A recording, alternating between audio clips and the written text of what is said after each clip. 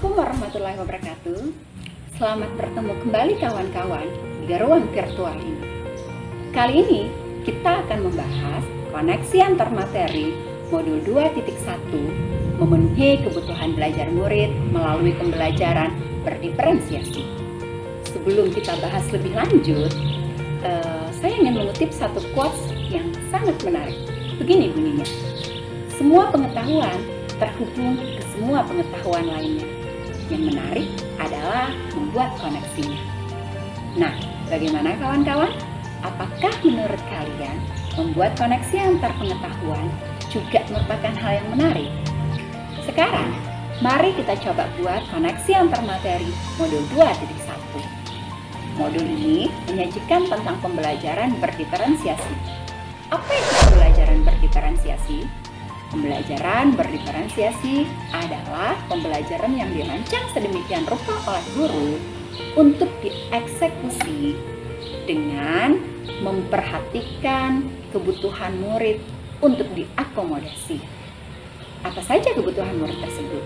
Setidaknya ada 3 aspek: kesiapan belajar atau readiness, minat, dan profil belajar.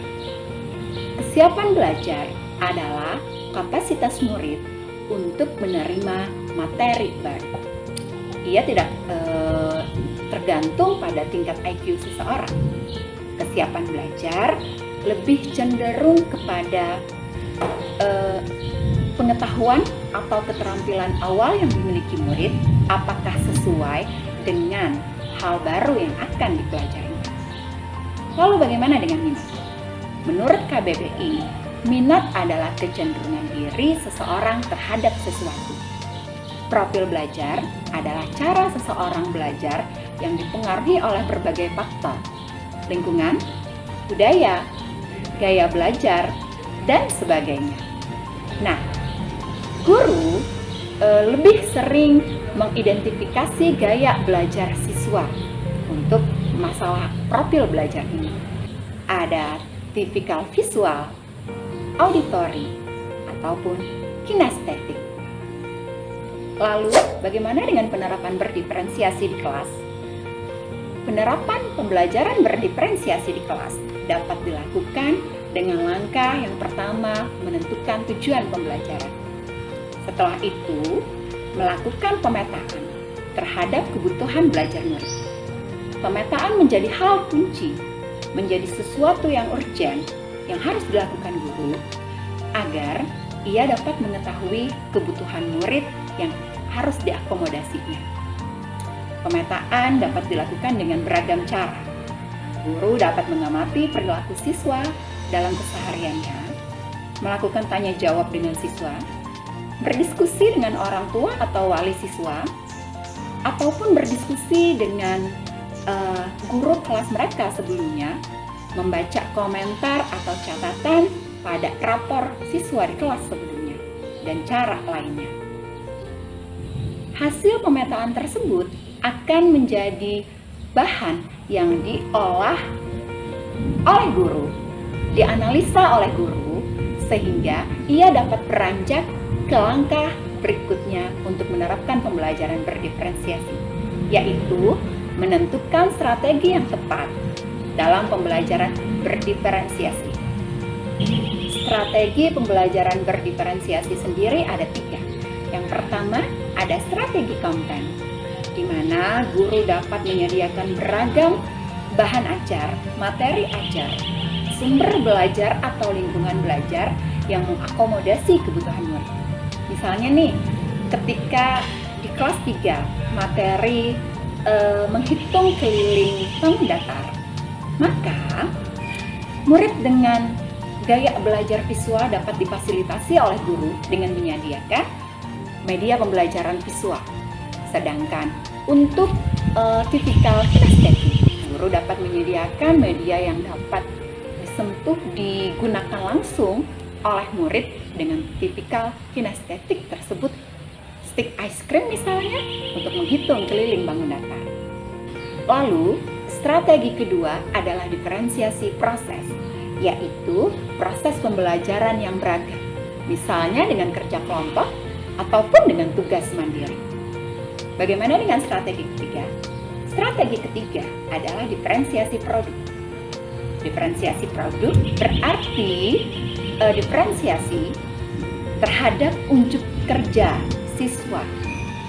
Mereka diberikan kebebasan untuk mendemonstrasikan pengetahuan atau keterampilan yang mereka dapatkan. Mau tulisan, lisan, visual, or anything else. Kita sebagai guru tinggal memilih strategi mana yang tepat untuk kita terapkan ketika kita telah melakukan pemetaan terhadap kebutuhan belajar murid. Kita pun juga bebas, misalnya mau mengcombine antara satu strategi dengan strategi lainnya. Nah, setelah menentukan strategi pembelajaran yang tepat, maka langkah berikutnya adalah menyusun rencana pelaksanaan pembelajaran. And final action, mengimplementasikan pembelajaran berdiferensiasi di kelas bersama murid. Lalu, bagaimana pembelajaran berdiferensiasi dapat memenuhi kebutuhan belajar murid dan membantu mencapai hasil belajar yang optimal. Seperti yang telah dikatakan sebelumnya, pemetaan menjadi hal penting, menjadi kunci dari penerapan pembelajaran diferensiasi. Hasil pemetaan akan menjadi data valid yang dapat dianalisa oleh guru agar ia mengetahui kebutuhan belajar mana yang harus diakomodasi olehnya. Apakah ketika kebutuhan belajar murid terpenuhi, maka hasil belajar menjadi optimal? Gini dah, kita flashback ke masa ketika kita bersekolah dulu. Bukankah kita merasa nyaman ketika dulu guru-guru kita menyajikan beragam media pembelajaran yang mungkin salah satu atau beberapa di antaranya sesuai dengan gaya belajar kita? Bukankah kita dapat menikmati pembelajaran ketika guru menyajikan materi pembelajaran yang sesuai dengan minat kita? Bukankah kita juga merasa senang ketika guru memberikan bimbingan yang lebih saat kita masih kurang memahami satu materi pembelajaran dibandingkan kawan-kawan kita yang sudah lebih duluan paham? Bukankah semua perlakuan guru itu berpengaruh terhadap mood kita, sehingga mempengaruhi pula hasil belajar yang kita dapatkan? Ketika kebutuhan belajar murid kita akomodasi, maka pembelajaran akan menjadi lebih efektif dan efisien, sehingga hasil belajar yang optimal lebih mudah untuk kita capai. Sekarang, mari kita berbincang, apa sih koneksi antar materi modul ini dengan modul-modul sebelumnya. Di modul 1.1, refleksi filosofis pemikiran Ki Hajar Dewantara tentang pendidikan. Beliau mengatakan bahwa pendidikan adalah upaya yang dilakukan oleh guru untuk menuntun kodrat anak agar dapat mencapai keselamatan dan kebahagiaan setinggi-tingginya. Kodrat anak ada beragam. Beberapa di antaranya adalah kebutuhan belajar murid kita, yaitu tentang minat, profil belajar, pun juga dengan kesiapan belajar. Sehingga ketika kita menyajikan pembelajaran berdiferensiasi, sejatinya kita telah menciptakan pembelajaran yang berpihak pada murid yang merupakan esensi dari pemikiran Ki Hajar Dewantara. Pembelajaran berdiferensiasi adalah bentuk nyata dari cara guru untuk menciptakan suasana pembelajaran yang berpihak pada murid.